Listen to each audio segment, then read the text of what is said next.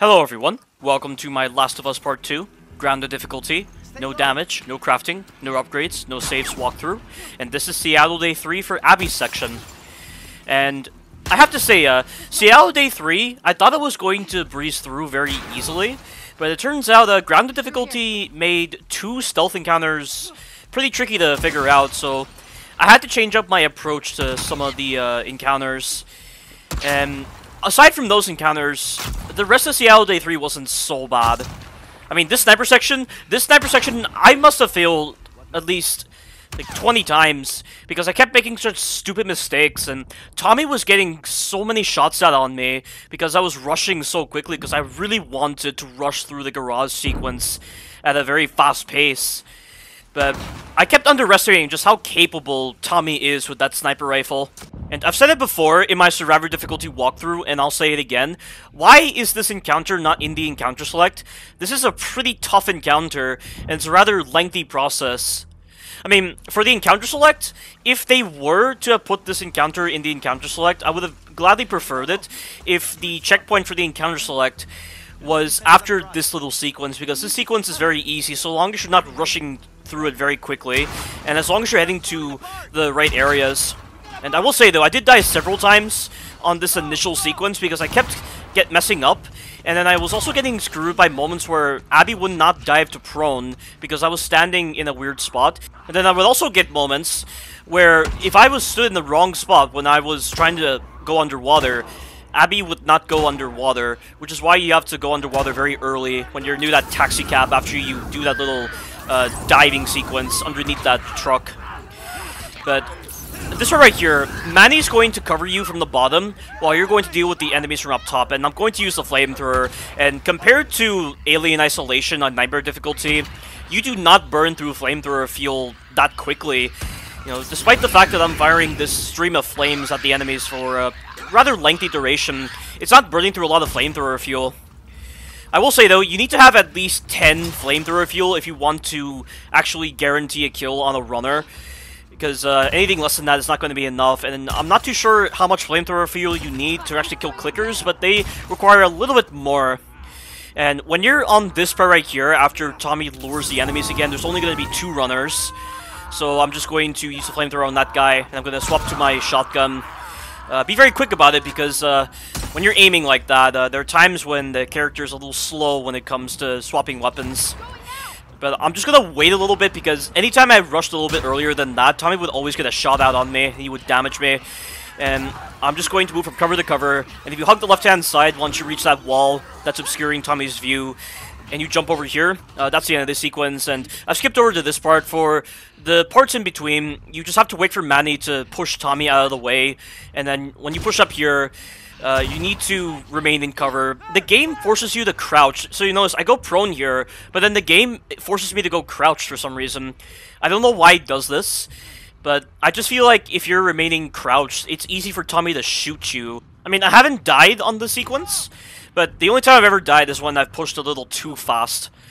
And once Tommy lowers the shutter door, this is pretty much the end of the sequence, because there's no real threat afterwards. And now we're just going to transition over to the Seraphites Island.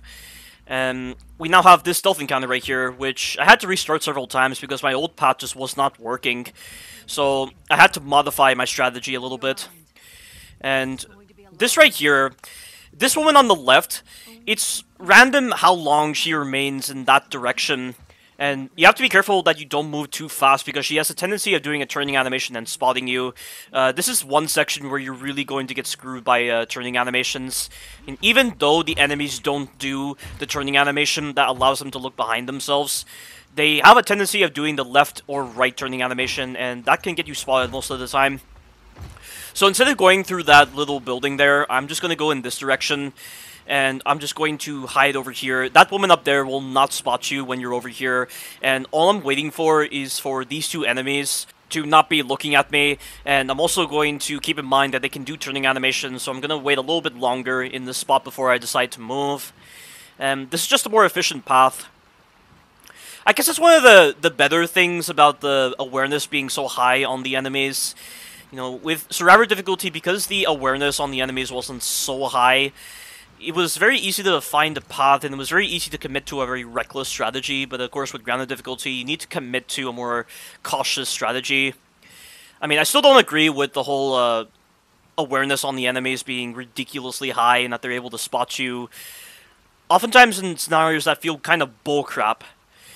But I feel like with this sequence, it definitely augmented my strategy in a way that actually made it better, in my opinion. But when this woman comes over here, you need to keep in mind that she will also do a turning animation that will allow her to spot you as you're making your way past her. So, like, right around here is when she can do the turning animation that allows her to kind of look behind because she's kind of facing you at an angle.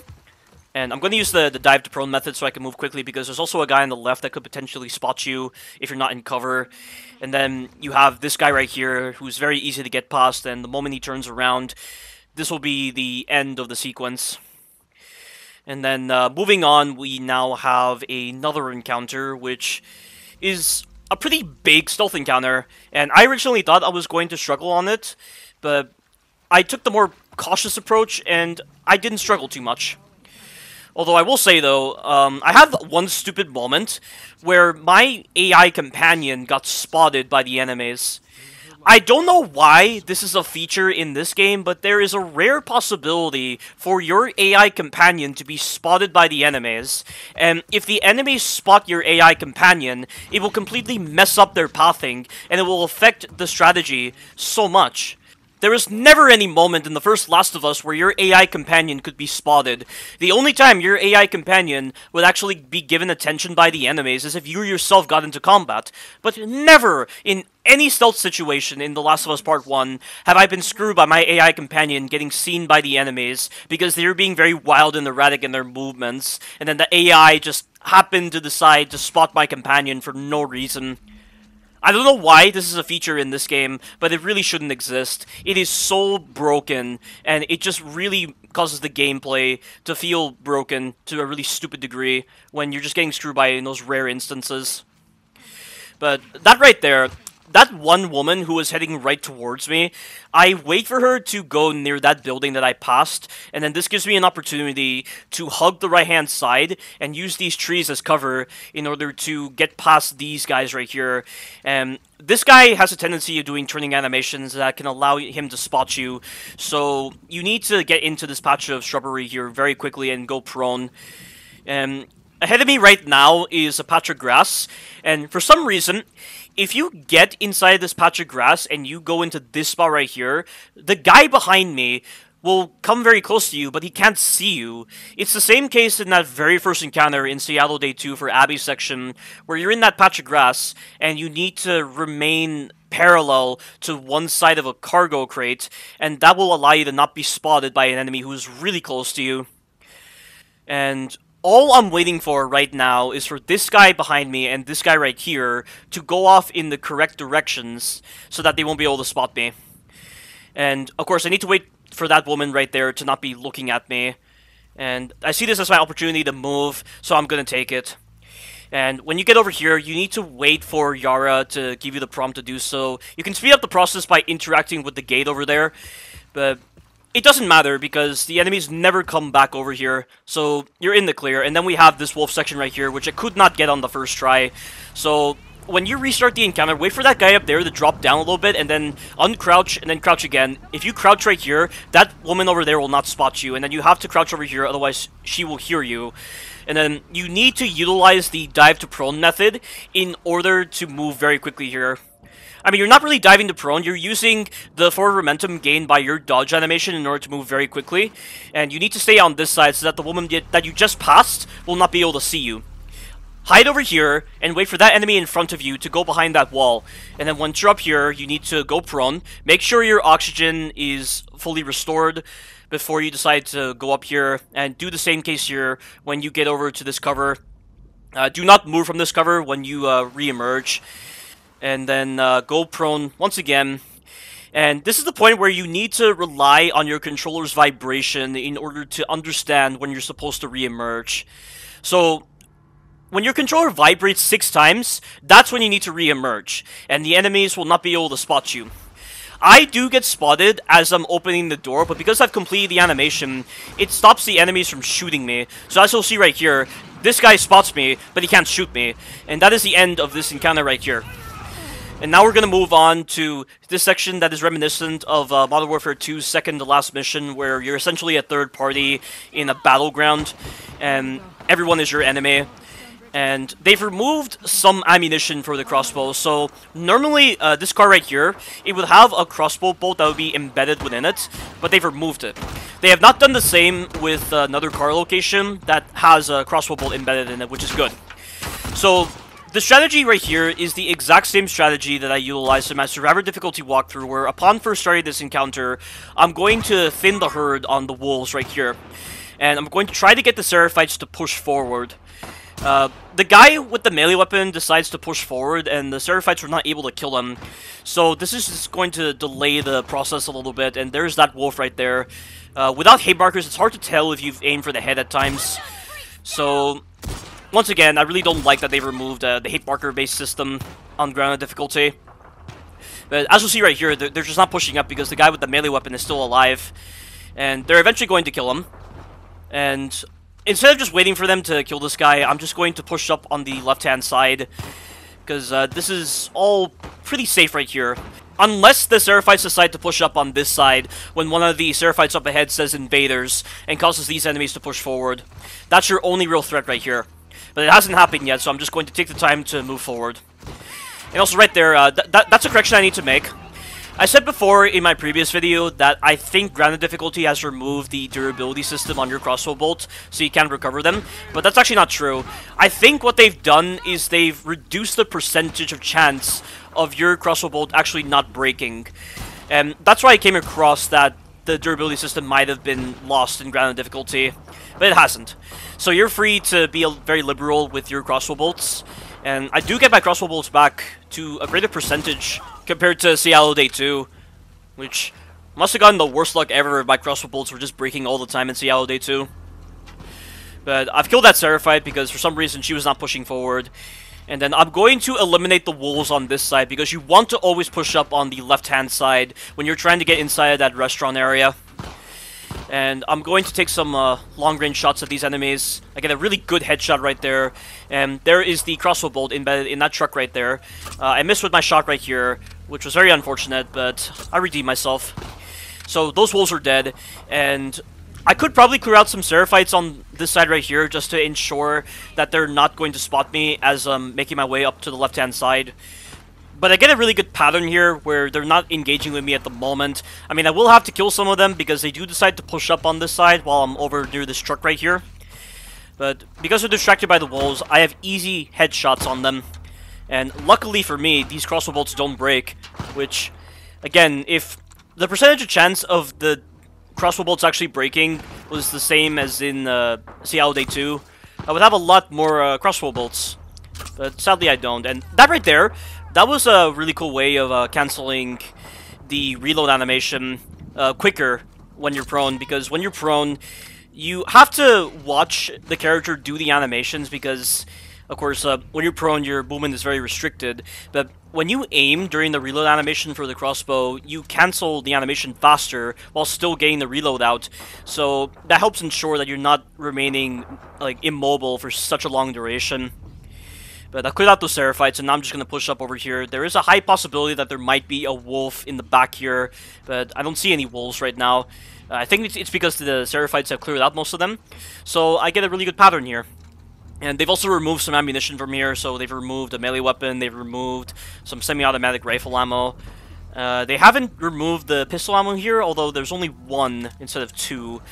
And now we have this horseback riding sequence, which is one of the on-rail moments that you can actually do no damage. So just like in Ellie Day 2, you can do the section no damage. The only on-rail section that you cannot no damage is in Seattle Day 1 for Abby's section, when you're trying to escape the Seraphites for the first time.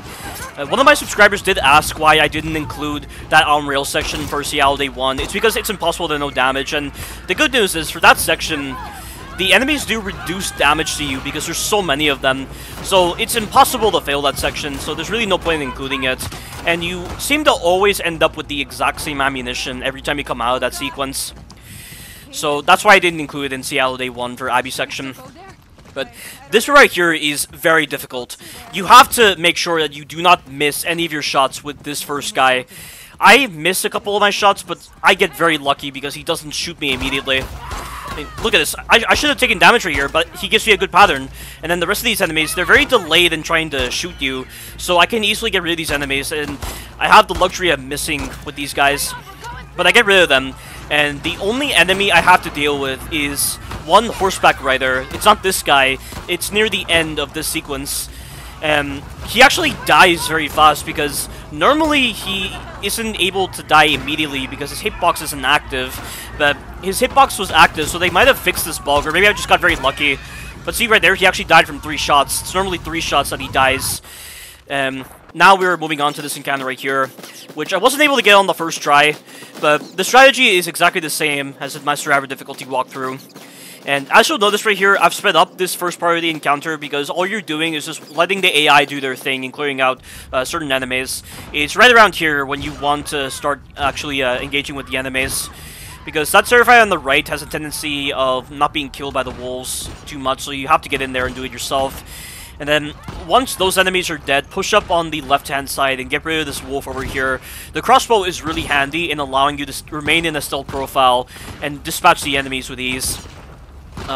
In retrospect, I probably should have saved my crossbow bolt for the later sections of this encounter, because I end up having to waste my hunting pistol ammo, and the hunting pistol would have been very handy in getting rid of certain enemies very quickly, and I put myself in some dangerous positions where I could have been shot by the enemies, but I was very lucky that that wasn't the case.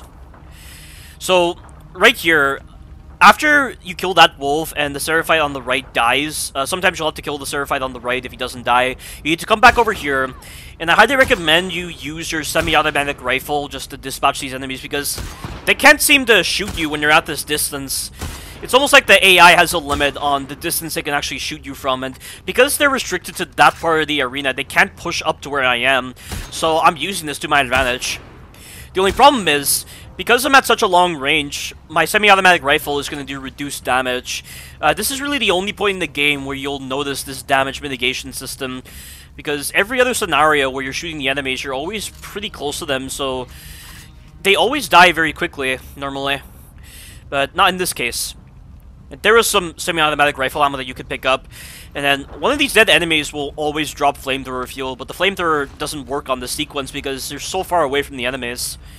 And also, the spawns here work off a checkpoint system where, upon reaching a certain threshold of the area after eliminating the enemies, new enemies will spawn in. So because I cleared out those enemies and I pushed up over here, these 2 enemies have spawned in. You want to always get rid of the guy on the right, because the guy on the right has the ability to throw Molotovs, and the Molotov guys are very bullcrap because they can actually omnisciently throw their Molotovs at you without knowing where you are. It's the same case in Uncharted 2, and it's really annoying. I normally use a pipe bomb on that Molotov guy, but I decided to use my hunting pistol because I wanted to save my pipe bombs for the upcoming sections of this encounter, and that right there, you see that? I was very lucky that I decided to run away at that moment because I could have taken damage from that omniscient Molotov throw. And right now, I'm taking the time to pick up a brick because the bricks can be handy if you're trying to stun certain enemies that are pretty close to you. There are definitely scenarios that you can get into where the enemies are closing in on you and they're trying to ambush you. So you need to use a brick as quick and easy access in order to ensure that the enemies aren't going to damage you. But right now, the Seraphites are focusing on me because I haven't spawned in the wolves yet. Because I've cleared out these enemies right here, I need to trigger the next spawn, which is right around here.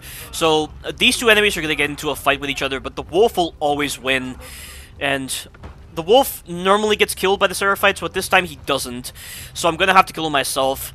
And I'm also going to take the time to clear out these Seraphites while they're busy getting distracted by that wolf. And the hunting pistol is really handy right here. And on Survivor difficulty, I would have way more hunting pistol ammo than right now. But on grounded difficulty, they definitely removed a lot of ammunition caches for the hunting pistol. So you're not going to have a lot of ammo when you get to the sequence. I mean, if you're not caring about the no upgrade aspect, you do have the ability to craft hunting pistol ammo for yourself, which seems a bit excessive because you already have a lot of weapons at your disposal when it comes to dealing with the enemies. But I guess it's cool. Because, I mean, that's what any true survivor would do. They would always try to find ways of learning how to craft different sources of ammunition and crafting different resources. And I definitely think this game does a good job of really capturing the grounded feeling of your character.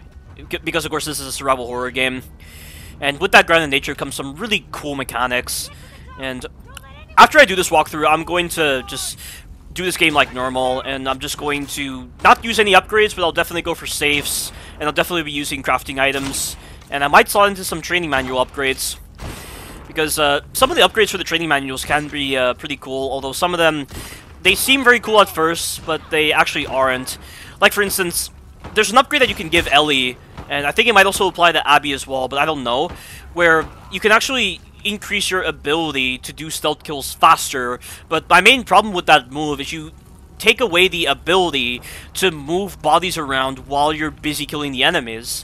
So you have to ensure that you are facing in the correct direction while you're holding the human shield, so that you're always able to place the body behind cover, and I think it's just one of my least favorite moves in the game, and it just doesn't work the way I'm intending it to. So that's definitely one of my main downfalls with the upgrade system. There are a lot of really pointless upgrades with the upgrade system that aren't really necessary. I mean, the crafting system is perfectly fine, although the fact that Abby can't really craft any more resources aside from the medkits and the pipe bombs is a little disappointing, especially when Ellie can craft way more items than that. I find that very surprising, considering that Abby is a member of a militia group that would actually specialize in survivor tactics. So that just seems very odd to me. I mean, despite this, however, I mean, most of the stuff that Ellie is able to craft is kind of useless. Although, given my recent experiences with some of the crafting items on this game, the Molotov can be handy in certain situations where you're trying to hit enemies and keep yourself in a position where they can't hit you. And then the stun bomb can be helpful in certain situations, and then the trap mine can definitely be helpful in situations where you can definitely control spawns. But I haven't really found an opportunity to do that, so it's very disappointing, and I haven't really found any real need to use the crafting items aside from the situations that I've shown in my walkthrough. So overall, the crafting items on this game, nowhere near as reliable as they are in the first Last of Us.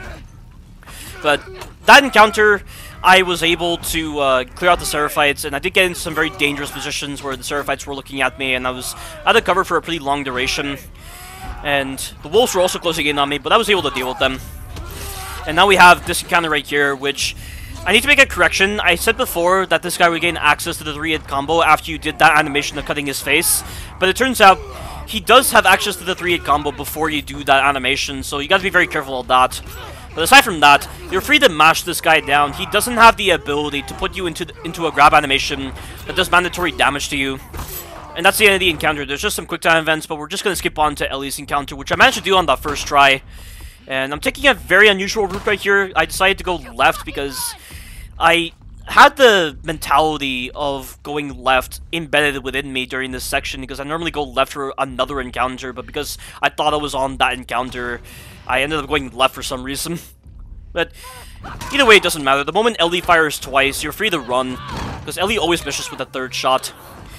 And then we have this unusual strategy right here, which if you haven't seen my previous videos before, this will come across as being very strange, but you need to make sure Abby is prone, and then you also need to make sure that her lower torso is out of the cover a little bit so that you're not getting blocked by the cover when you're doing this. You need to face the camera in that direction after Ellie walks twice, and tap L1. That way you'll cause Abby to go backwards, and you will be able to get behind Ellie. If you mistime it, Ellie will turn during the animation, and she will be able to counter you if you attack her from the front. You have to attack Ellie from behind, otherwise she will counter you, and you will always die. There's nothing you can do about it. But the rest of this is incredibly simple, because you actually have access to bottles. And for the second phase, you have to let Ellie spot you. You have to move like how I do, where I go backwards a little bit while I'm crouched, and then I start running. That way Ellie doesn't shoot me immediately. I then hide in that cover spot right there, and then I wait for Ellie to come to me. I have to make sure I'm facing in the direction of the corner, and then I dodge out of the corner, and because I'm so close to Ellie, she has no time to react to my bottle throw whatsoever. So she will not be able to dodge, and it will be a guaranteed stun on there every time. And then you're free to attack her, and then we have this little moment right here. And this will cue the transition into the third phase. And I really love that right hook animation. It's my favorite right hook animation in a game by far. But the third phase is incredibly simple, although Ellie is kind of random with what she does, but either way, it's always going to end with a bottle to her face, or a bottle to the back of her head if that is the case with one scenario. But what you need to do is you need to grab that bottle, and then you need to throw the bottle at this exact position right here, and then this will force Ellie to come to you. She's either going to go towards you, or she's going to go away from you. But you will always be able to get her with a bottle, and this will be the end of Seattle Day 3 for Abby's section. And we now have the final encounter of the game coming up, and that is going to be in Santa Barbara. And I'm still trying to figure out the final Rattler section, because the final Rattler section is one of the worst encounters in the game, and I just really don't have the patience necessary to do my survivor difficulty strategy for grounded difficulty, so I might try to look for a different strategy for that encounter, but I doubt it's going to be a good one. It's probably going to be a very inferior strategy. But what else can I do? You know, the AI does a lot of really dumb things during that encounter, so I'm just not looking forward to it whatsoever. But thank you all for watching, and you take care now.